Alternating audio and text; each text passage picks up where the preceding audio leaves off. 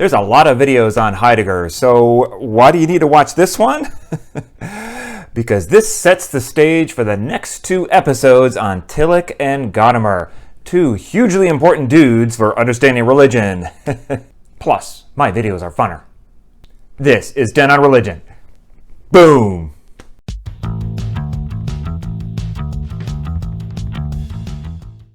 Hey peeps, it's Dr. B with 10 on Religion. This video is closed captioned here on YouTube, and the transcript is available at 10onreligion.com.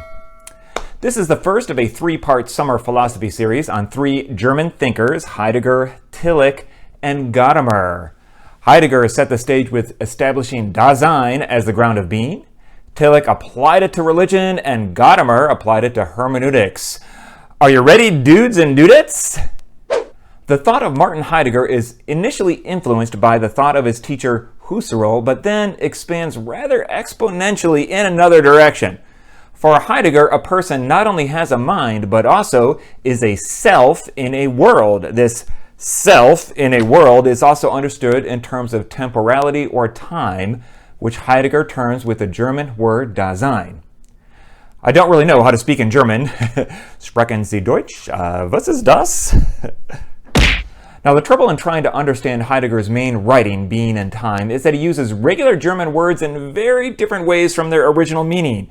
When he can't find a word in German to say what he wants it to say, he invents a new word, so it can get a little confusing. Or a lot confusing. But the main word to keep in mind is being, or Dasein, which means being which exists in a world, often written in English as being in the world. Heidegger thought that much of the history of philosophy has been a forgetting of being, since it has focused on the ontical rather than the ontological. This is a really critical distinction for both philosophy and religion. Ontical refers to beings which cannot really think about their own existence, versus ontological as creatures which can think about their own being. Typically, we do not exist to be observed and reduced to objects, much as we treat most other aspects of our experience, such as psychological, physical, biological, socio-political, and economical, but rather we are in the world. Dasein as there, or the space around us in temporality, is fatical in that it signifies an array of possibilities which can be realized in time.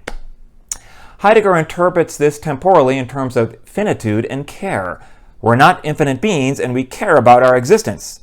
For Heidegger, the ontical and reductive accounts mentioned above do not capture what is distinctly ontological, the idea that we're finite and not infinite beings, coupled with the fact that we care about our existence, will become hugely important for Tillich in our next episode. The two modes of Dasein in Heideggerian thought are inauthentic, or being in the world, and authentic, or being towards death. The first mode, being in the world, is not about spatial designations of being inside something, but rather familiarity and comfortability with something. I absolutely love this aqua shirt I've got here. Look at this dude. This comfortability of feeling at home in the world is the typical and ordinary way we go about our daily lives. This is facticity, or how we spend much of our time. Thus, fatically, we are absorbed in our regular routines as inauthentic Dasein, and we care about these typical, everyday things. We have lost sight of our finitude. Nothing is really surprising, individual, or special about us, because every thought is also already going on in someone else's head. Within any given time or place, we all have similar experiences. She so did not post about me. Bruh. Heidegger wrote that being with means Dasein is disclosing the Dasein with of others which belongs to it. We're all part of the same show. We're all on the same boat. Dasein's being is being with. The understanding of others is already implied. Next, I will first mention a few things about equipment before returning to the two main types of care. Artifacts we produce in order to use are termed by Heidegger as equipment.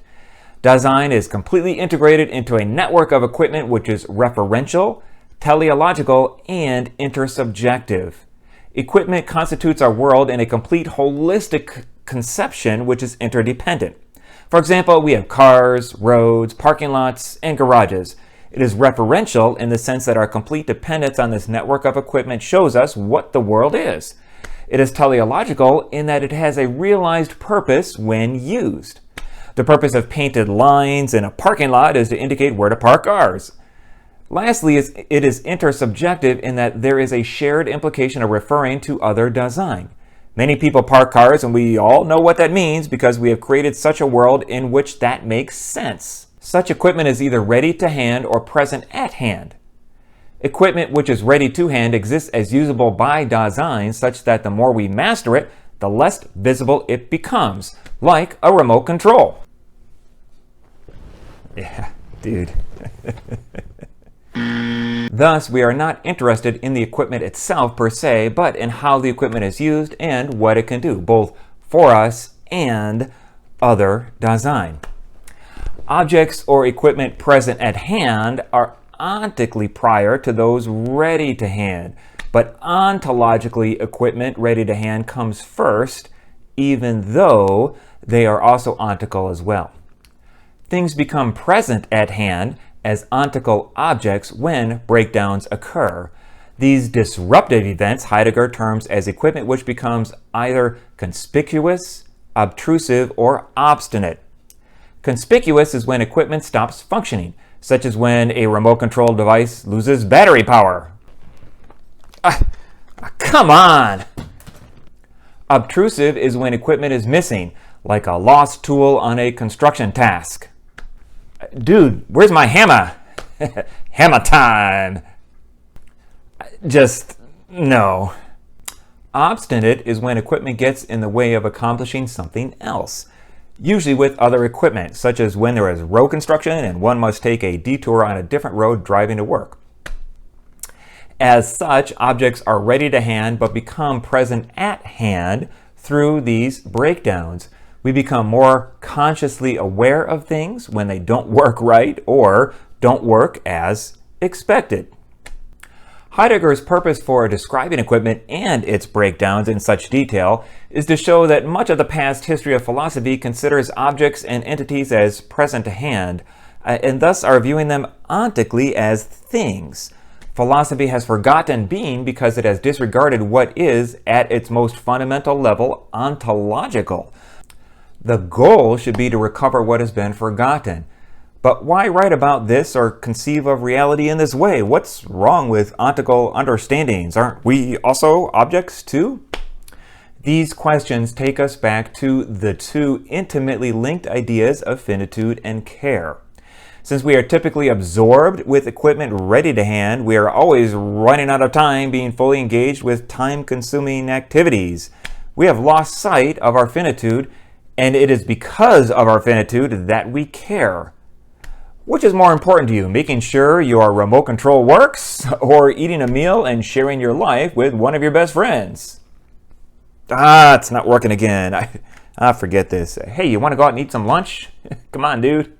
Pizza, wings. Heidegger classifies care as either concern or solicitude. Concern is simply using equipment as ready to hand, like parking a car, while solicitude is caring about other Dasein.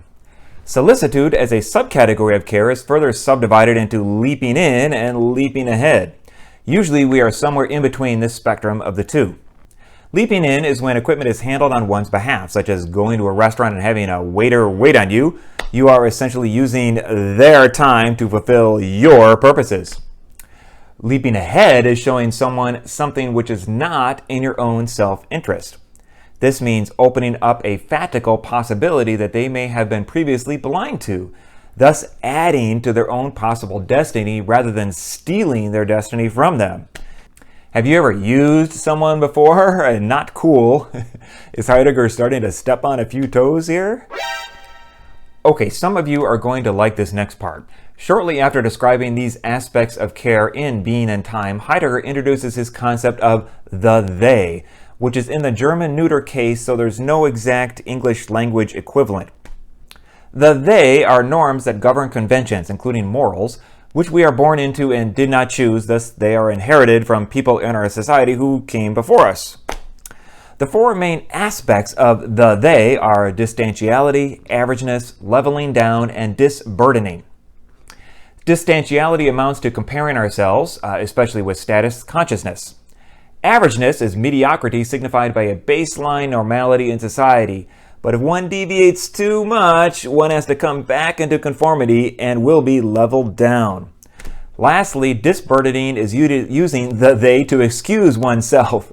But everyone does it. LOL. The they represents a controlling factor, as Heidegger writes about the they as functioning as a real dictatorship over one's behavior.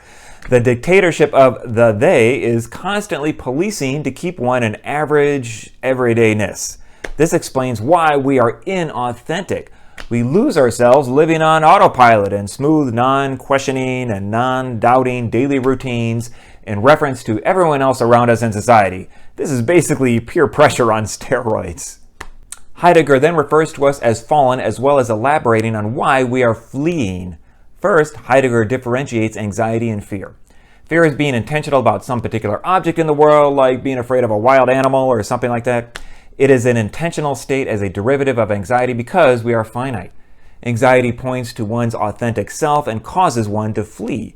One is falling because one is fleeing. What is one fleeing? Anxiety.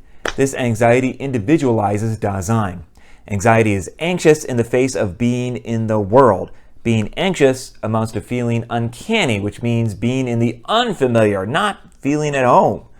One is fleeing towards tranquilized familiarity and turning away from something unbearable. Thus, to care, Heidegger says, is equiprimordial with being in the world. They exist originally together. For Heidegger, death represents the possibility of the impossibility of Dasein, no more being in the world, and culminates the end in that totality has been realized, or as he terms it, being as a whole. No jokes here, I know what you're thinking, but stick with me for another minute. Death means the there stops. However, since there is no totality until death, we can never experience our totality. While we are alive, there is always more being added to the story. An ontologically adequate conception of death is an existential conception. Being towards death is the authentic self, partially projected beyond the endpoint. That's deep. So where does that leave us?